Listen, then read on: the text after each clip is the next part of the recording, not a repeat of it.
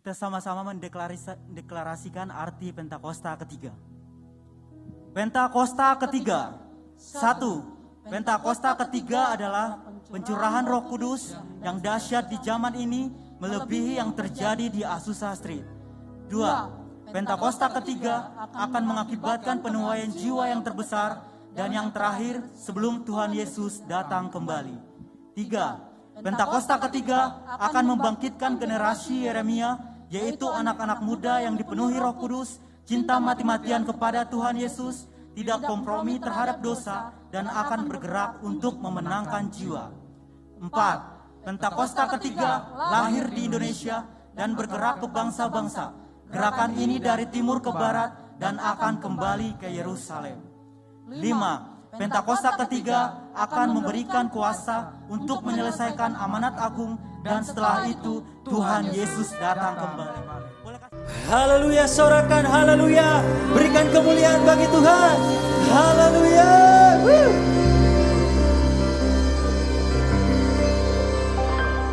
Yang mau merasakan hadirat Tuhan pada pagi hari ini, mari lambaikan tangannya. Haleluya. Mari tos samping kanan kiri Anda. Katakan, sukacita Tuhan hadir pada pagi hari ini. Haleluya. Berikan kemuliaan bagi Tuhan. Sekali lagi sorakan. Haleluya.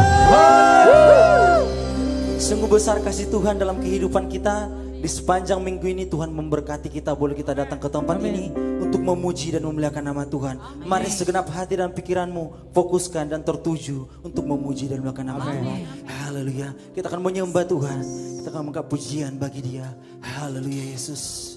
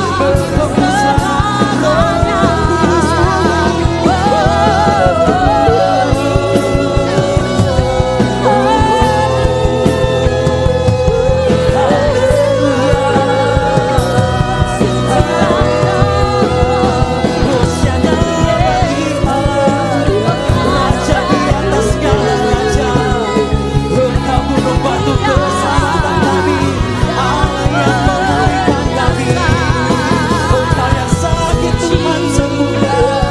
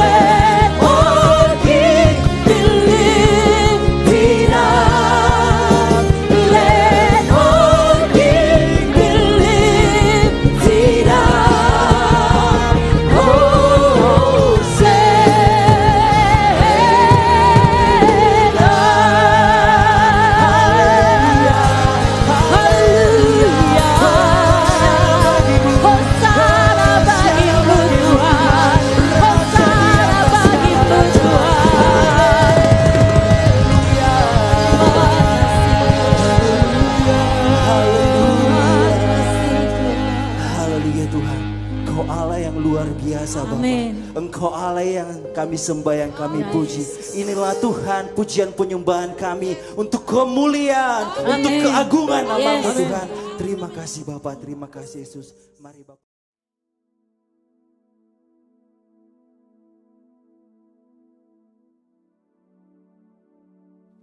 Shalom semuanya.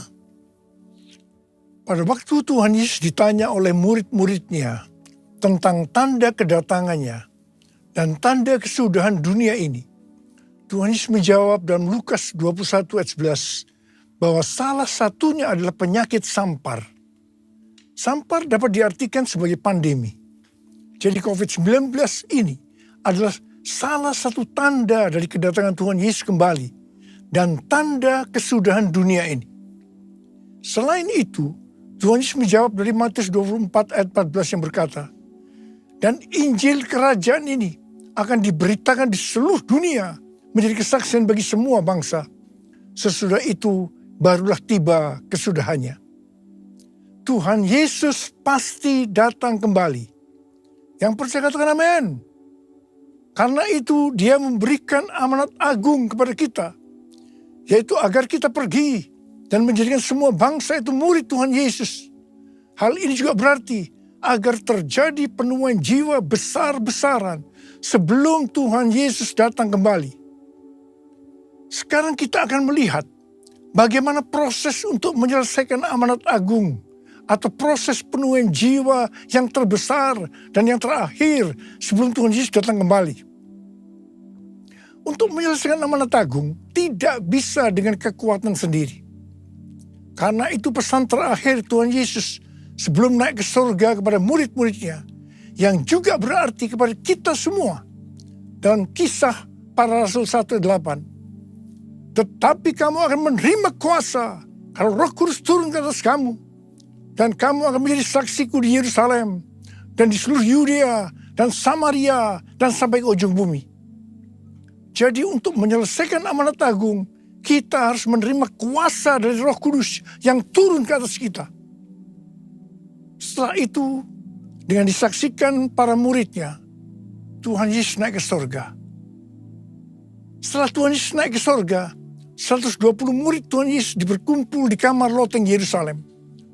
Mereka melakukan ini karena Tuhan Yesus memerintahkan agar mereka tidak meninggalkan kota Yerusalem sebelum diperlengkapi dengan kekuasaan dari tempat tinggi. Tuhan Yesus berkata, sebab Yohanes membaptis dengan air, tetapi tidak lama lagi kamu akan dibaptis dengan Roh Kudus. Apa yang dilakukan 120 murid di kamar loteng? Alkitab berkata bahwa mereka semua bertekun dengan sehati dalam doa bersama-sama. Artinya mereka berdoa, memuji dan menyembah Tuhan dalam unity siang dan malam. Ini adalah prinsip restorasi Pondok Daud. Ini adalah prinsip menara doa. Setelah 10 hari mereka melakukan hal ini, maka pada hari raya Pentakosta, tiba-tiba turunlah dari langit suatu bunyi seperti tiupan angin keras yang memenuhi seluruh rumah di mana mereka duduk. Dan tampaklah lidah-lidah seperti nyala api yang bertebaran dan hinggap pada mereka masing-masing. Maka penuhlah mereka dengan Roh Kudus. Lalu mereka mulai berkata-kata dalam bahasa-bahasa lain seperti yang diberikan oleh Roh itu kepada mereka untuk mengatakannya. Itu adalah bahasa Roh. Jadi tanda awal orang yang dibaptis dengan Roh Kudus adalah mereka akan berbahasa Roh. Apa yang terjadi setelah murid-murid Tuhan Yesus dipenuhi dengan Roh Kudus? Hal yang pertama, Petrus berkhotbah sekitar 5 menit. Dan kira-kira 3.000 orang bertobat dan dibaptis. Wow!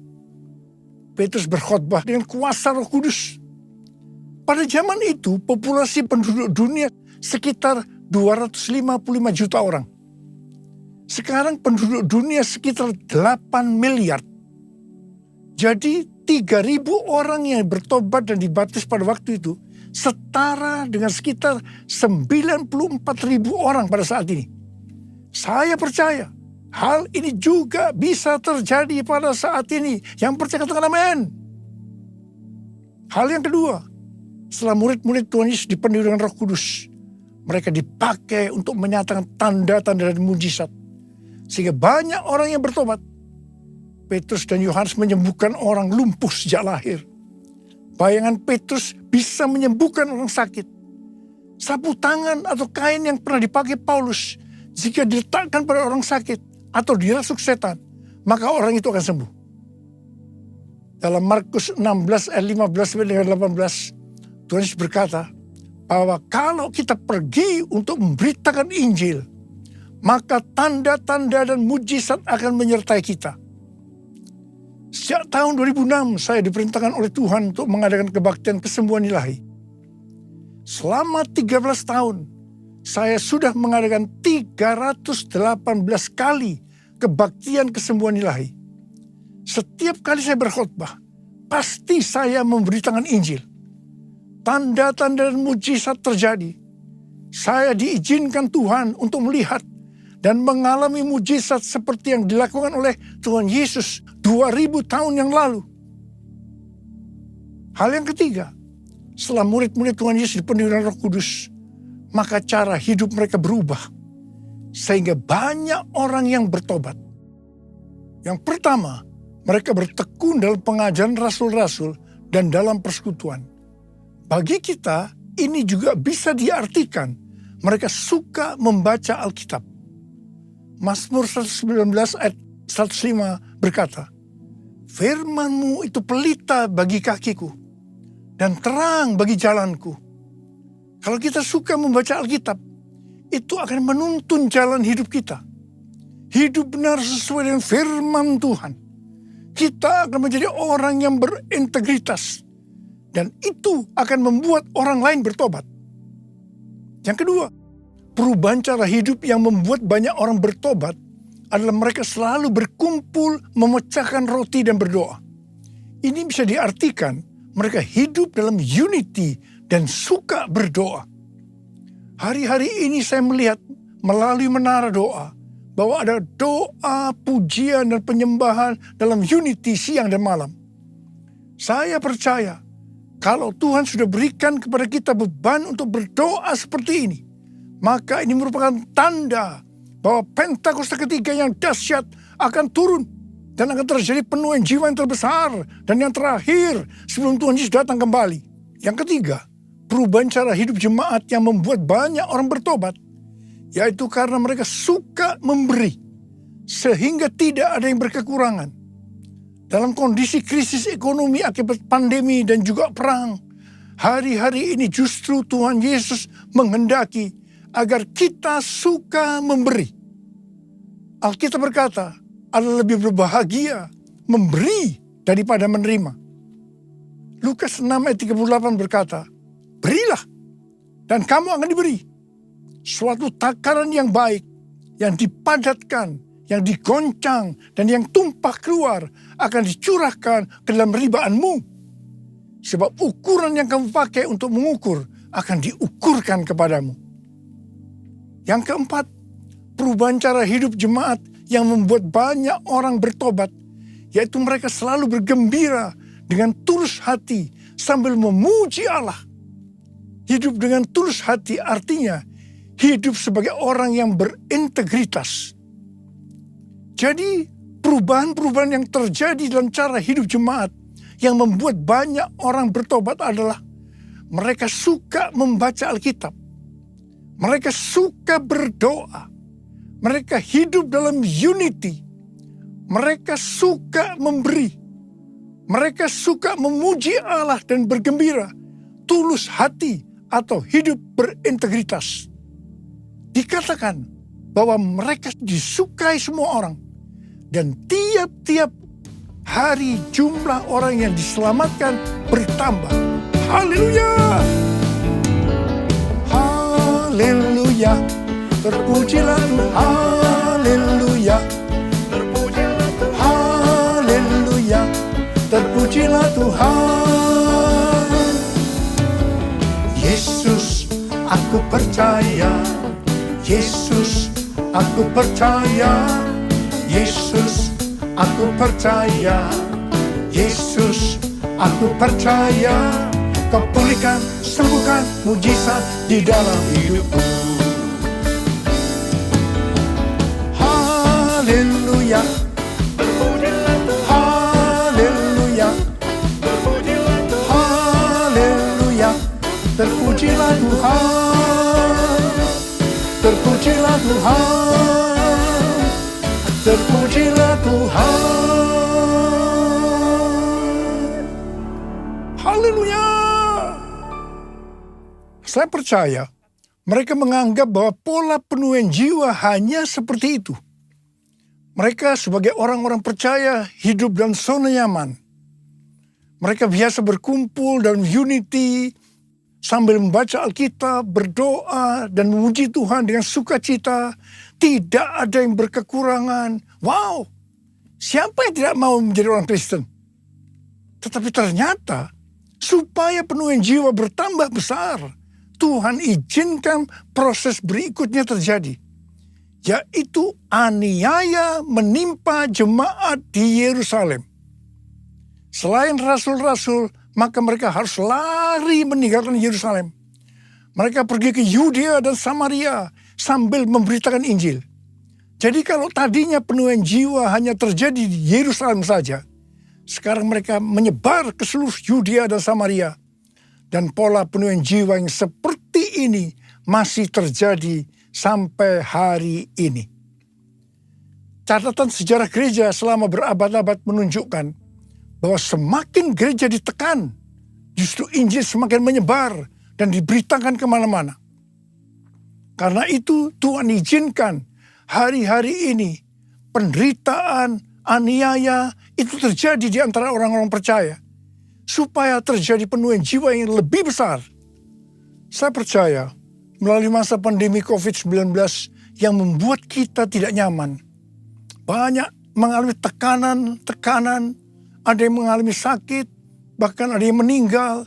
Tapi justru ini akan mempersiapkan penuaian jiwa yang terbesar dan yang terakhir dalam era Pentakosta ketiga ini, sebelum Tuhan Yesus datang kembali. Melalui semua ini, mari kita katakan bersama-sama, Tuhan Yesus, Tuhan Yesus, Engkau baik, Engkau sungguh baik dan sangat baik. Mari taruh tangan kanan kita di dada kita kepada saya. Kepada saya. Yesus, Engkau baik, sungguh baik, sangat baik. Yesus, Engkau baik, sungguh baik, sangat baik. Kasih-Mu tak berkesudahan. Kasih-Mu kekal selamanya.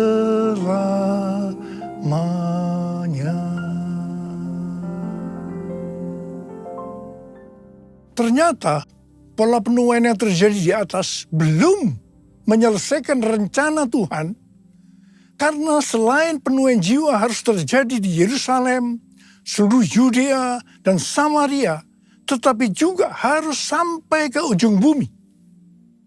Tuhan mempunyai cara untuk membuat penuaian jiwa itu sampai ke ujung bumi, yaitu dengan terjadinya perubahan paradigma dalam pelayanan.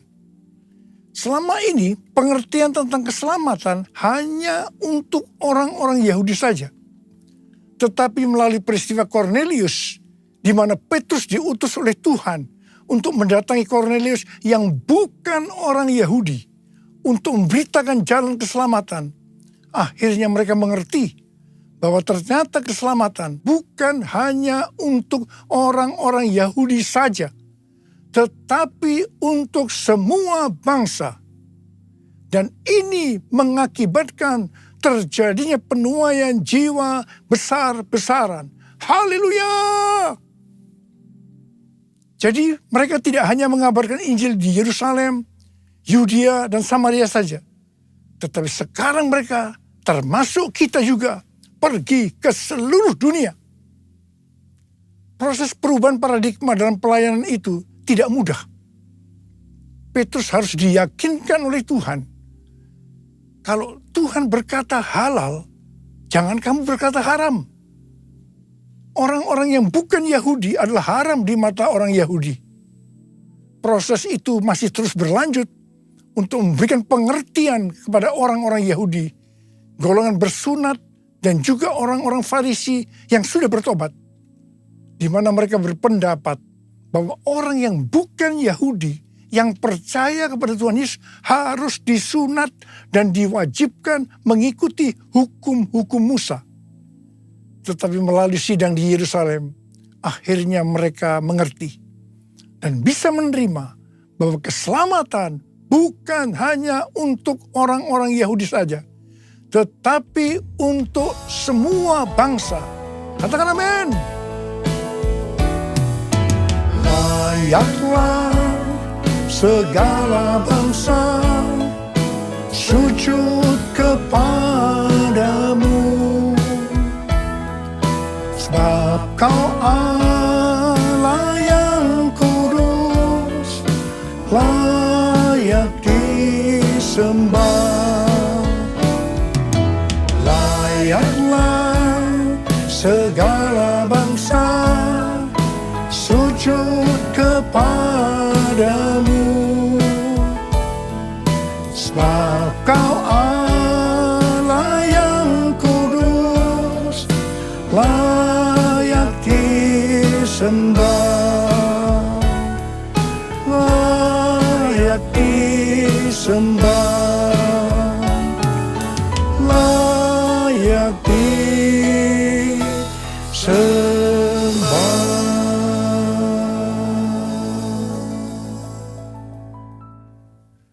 Kita diingatkan bahwa tema tahun 2022 yang lalu adalah tahun paradigma yang baru. Di sini Tuhan mengingatkan bahwa untuk menyelesaikan amanat agung, kita akan dituntun oleh Roh Kudus untuk menggunakan paradigma yang baru atau cara-cara yang baru. Tahun 2023 adalah tahun untuk bangkit dan jadi pemenang. Kita harus lebih peka terhadap tuntunan Tuhan supaya menjadi pemenang. Pada awal pelayanan saya termasuk salah seorang yang dipakai oleh Tuhan untuk melakukan paradigma yang baru dalam pelayanan untuk menyelesaikan amanat agung. Sebagai contoh, dalam hal membuka gereja baru. Dalam hal cara ibadah dengan doa, pujian, dan penyembahan. Dalam hal tempat ibadah yang dilakukan bukan di gedung gereja dan lain-lainnya. Semua itu selalu diawali dengan pro dan kontra. Sama dengan yang terjadi pada waktu zaman kisah para rasul tadi. Pada tahun 2009, Tuhan berbicara kepada saya bahwa Tuhan akan mencurahkan Roh Kudus sehingga akan terjadi pencurahan Roh Kudus yang dahsyat. Pada saat Roh Kudus dicurahkan, akan terjadi peristiwa seperti yang terdapat dalam Yoel 2 ayat 28 sampai dengan 32. Di sini disebutkan bahwa pada saat Roh Kudus dicurahkan akan ada 3 tanda yang terjadi. Tanda pertama sesuai dengan Yoel 2 ayat 28 dan 29 bahwa anak-anak, pemuda, dan orang tua akan dipakai oleh Tuhan secara luar biasa. Amin. Tanda yang kedua sesuai dengan Yoel 2 ayat 30 maka akan terjadi mujizat yang luar biasa. Tanda ketiga, sesuai dengan Yoel 2 ayat 31, maka akan terjadi goncangan-goncangan yang dahsyat. Dengan adanya 3 tanda ini, maka Yoel 2 ayat 32 akan digenapi. Akan banyak orang yang berseru kepada nama Tuhan. Dan mereka yang berseru kepada nama Tuhan akan diselamatkan. Ini berarti akan terjadi penuaian jiwa yang besar. Roh Kudus, Kau hadir di sini. Roh Kudus, ku mengasihimu. Kau lembut, Kau manis, Kaulah penghiburku, penolongku, diutus Bapakku. Ku buka hati untuk Roh Tuhan. Ku buka hati menyembah-Mu Yesus. Jamah dengan kuasa Allah Maha Tinggi. Dengan kuasa Allah Maha Tinggi. Dengan kuasa Allah Maha Tinggi. Sejak tahun 2009, hampir di setiap khotbah, saya selalu mengingatkan tentang goncangan-goncangan ini. Dan ini terjadi hampir sekitar 10 tahun. Siapa mengira bahwa yang disebut dengan goncangan ini adalah pandemi COVID-19 di mana di Indonesia dimulai pada tanggal 2 Maret 2020. Kita melihat selama ini bahwa dengan adanya pandemi COVID-19 ini telah terjadi perubahan paradigma dalam pelayanan. Pelayanan secara online terbukti merupakan alat untuk mempercepat penyelesaian amanat agung, yaitu dengan semakin cepat dan banyaknya orang yang mendengar dan mengenal Injil Kerajaan Allah. Pada tanggal 8 Februari 2023, dimulainya kebangunan rohani di Asbury University, Kentucky. Yang mereka lakukan adalah berdoa, memuji, dan menyembah Tuhan dalam unity siang dan malam. Ini adalah prinsip restorasi Pondok Daud. Ini adalah prinsip menara doa. Kebangunan rohani ini menyebar ke kampus-kampus lain di Amerika Serikat, seperti di Lee University, Oral Roberts University, dan lain-lain. Berita kebangunan rohani melanda ke seluruh dunia. Revival di Asbury University ini merupakan bagian dari penggenapan Pentakosta ketiga, di mana Tuhan melawat generasi Yeremia, yaitu anak-anak muda yang dipenuhi Roh Kudus, cinta mati-matian kepada Tuhan Yesus, tidak kompromi terhadap dosa, dan akan memenangkan banyak jiwa. Melalui revival di atas ini, Tuhan menunjukkan bahwa pola penuhin jiwa ke depan ini, saya percaya sampai dengan Tuhan Yesus datang kembali, adalah melalui menara doa. Doa, pujian, dan penyembahan bersama-sama dalam unity siang dan malam. Pelayanan seperti ini di kampus-kampus sudah berakhir. Tetapi Tuhan sedang memunculkan di Amerika Serikat yang disebut dengan Third Pentecost Azusa Street Prayer Tower. Di mana pada tanggal 14 dan 15 April sudah diresmikan, sudah didedikasikan. Azusa Prayer Tower adalah tempat untuk berdoa bagi kebangunan rohani global Pentakosta ketiga. Pelayanan dan pelatihan di dalam pusat kota Los Angeles, California. Lokasinya adalah 156 kaki, sekitar 46,6 meter dari Azusa Street Revival yang dipimpin oleh William Seymour tahun 1906. Azusa Prayer Tower ini adalah penggenapan nubuatan dari Cindy Jacob bahwa gerakan Pentakosta ketiga ini dimulai dari timur ke barat. Dan barat ini adalah Amerika Serikat. Dari Amerika Serikat akan menyebar ke seluruh dunia dan kembali ke Yerusalem. Banyak hamba Tuhan mendapatkan bahwa kita harus memperhatikan dengan seksama untuk 10 tahun ke depan, yaitu sampai dengan tahun 2033. Tahun 2033 adalah peringatan penginjilan yang ke-2000 tahun. Peringatan kematian, kebangkitan, dan kenaikan Tuhan Yesus ke sorga yang ke-2000 tahun. Juga peringatan pencurahan Roh Kudus yang berarti peringatan hari ulang tahun gereja yang ke-2000 tahun. Visi yang didapatkan oleh Empower 21 adalah pada hari Pentakosta 2033, setiap orang akan mendapatkan kesempatan untuk berjumpa secara otentik dengan Tuhan Yesus melalui kuasa dan kehadiran Roh Kudus. Rick Warren dari Southern Baptist Church mendapatkan bahwa tahun 2033 adalah goal untuk menyelesaikan amanat agung. Untuk menyelesaikan amanat agung tidak bisa dengan kekuatan sendiri, tetapi harus dengan kuasa Roh Kudus. Karena itu kita harus dipenuhi Roh Kudus. Ada berapa banyak di antara saudara yang merindukan, Tuhan, saya mau dipakai oleh Tuhan untuk menyelesaikan amanat agung. Mari angkat tangan saudara. Katakan bersama saya. Penuhiku, penuhiku dengan hadirat-Mu.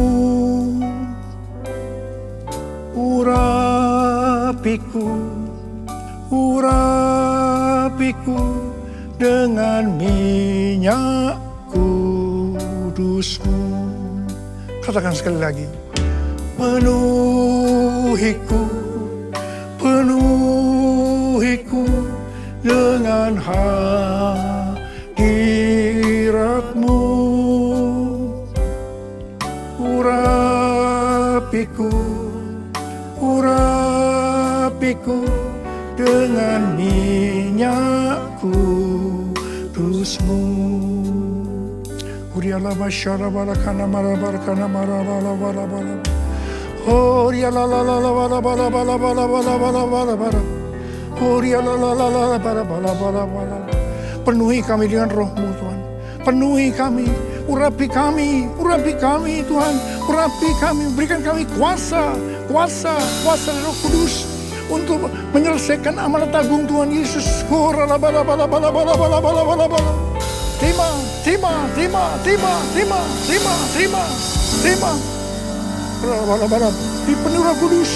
Dipenuhi Roh Kudus, penuh Roh Kudus.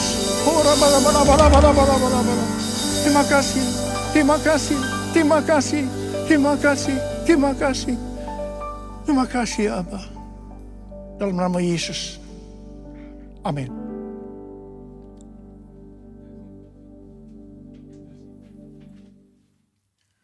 Mari saudara-saudara semua, kita akan masuk dalam perjamuan kudus. Kita akan mengingat ayat ini. Sebab setiap kali kamu makan roti ini dan minum cawan ini, kamu memberitakan kematian Tuhan sampai Ia datang. Perjamuan kudus adalah perjamuan Tuhan Yesus sendiri.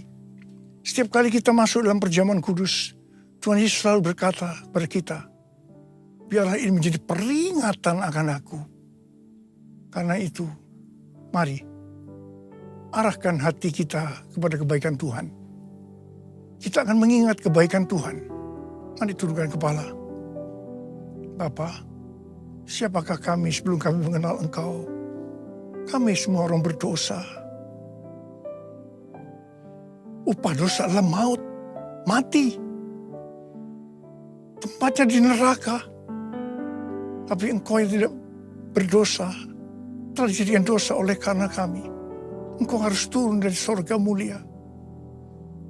Mati ganti kami dengan penderitaan yang luar biasa.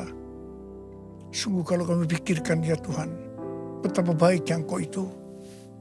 Engkau jadikan kami sebagai anak-anak-Mu. Engkau berkati, Engkau tuntun, Engkau bela, Engkau sembuhkan kami. Engkau penuhi kami dengan Roh-Mu. Terima kasih Bapak. Engkau juga tegur kalau kami salah ya Tuhan. Engkau hajar kami. Itu Engkau ya Aba. Itu Engkau ya Aba. Tuhan akan memberkati kita semua melalui perjamuan kudus. Tapi Tuhan mau kita makan dan minum dengan cara yang benar. Karena itu masing-masing berdoa. Introspeksi, lihat keadaan dirimu masing-masing. Jangan menyimpan dosa. Kalau ada dosa yang Tuhan ingatkan saat ini, langsung minta ampun. Minta ampun, minta ampun. Supaya kita diberkati, supaya kita diberkati oleh Tuhan. Ampuni ya Tuhan. Ampuni anak-anak-Mu semua. Ampuni kami semua ya Tuhan. Ampuni. Bapa layakkan kami untuk masuk dalam perjamuan kudus. Kami akan masuk dalam perjamuan kudus dengan hati yang penuh dengan ucapan syukur. Dalam nama Yesus kami berdoa. Amin.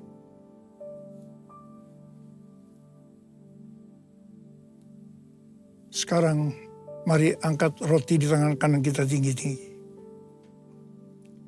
Sebab apa yang telah kuteruskan kepadamu telah aku terima dari Tuhan. Yaitu bahwa Tuhan Yesus pada malam waktu Ia diserahkan mengambil roti. Dan sesudah itu yang mengucap syukur atasnya. Dia memecah-mecahkannya dan berkata, inilah tubuhku yang diserahkan bagi kamu. Perbuatlah ini menjadi peringatan akan aku. Saudara dikasih Tuhan. Bukankah roti yang kita pecah-pecahkan ini adalah persekutuan kita dengan tubuh Kristus. Mari kita makan dalam nama Yesus.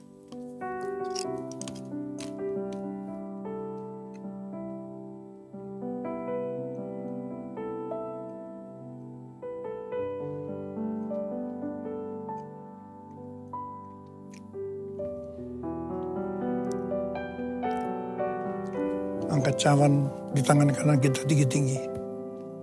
Demikian juga ia mengambil cawan sesudah makan lalu berkata, cawan ini adalah perjanjian baru yang dimeteraikan oleh darahku. Perbuatlah ini setiap kali kamu meminumnya menjadi peringatan akan aku. Saudara yang kasih Tuhan, bukankah cawan pengucapan syukur yang atasnya kita ucapkan syukur adalah persekutuan kita dengan darah Yesus? Mari kita minum dalam nama Yesus.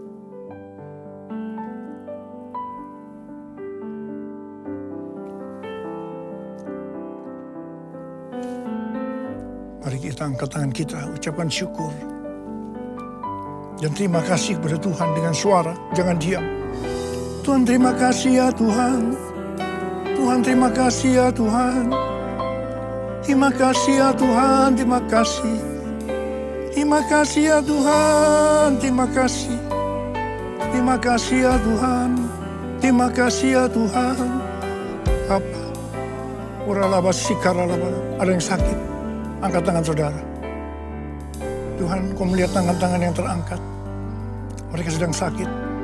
Mereka mengalami masalah demi masalah. Dalam nama Yesus, sembuh.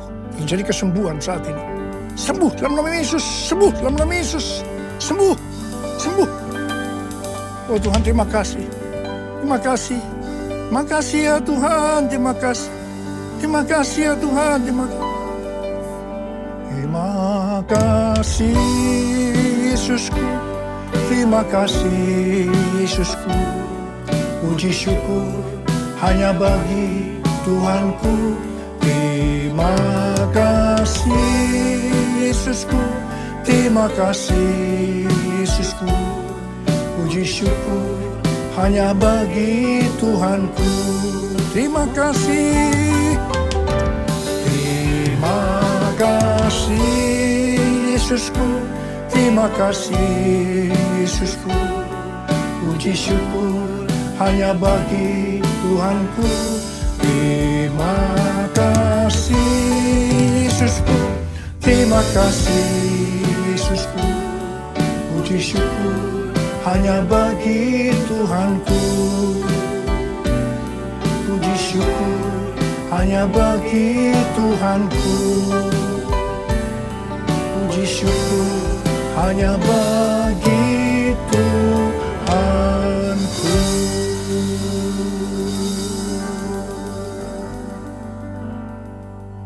Terimalah berkat Tuhan.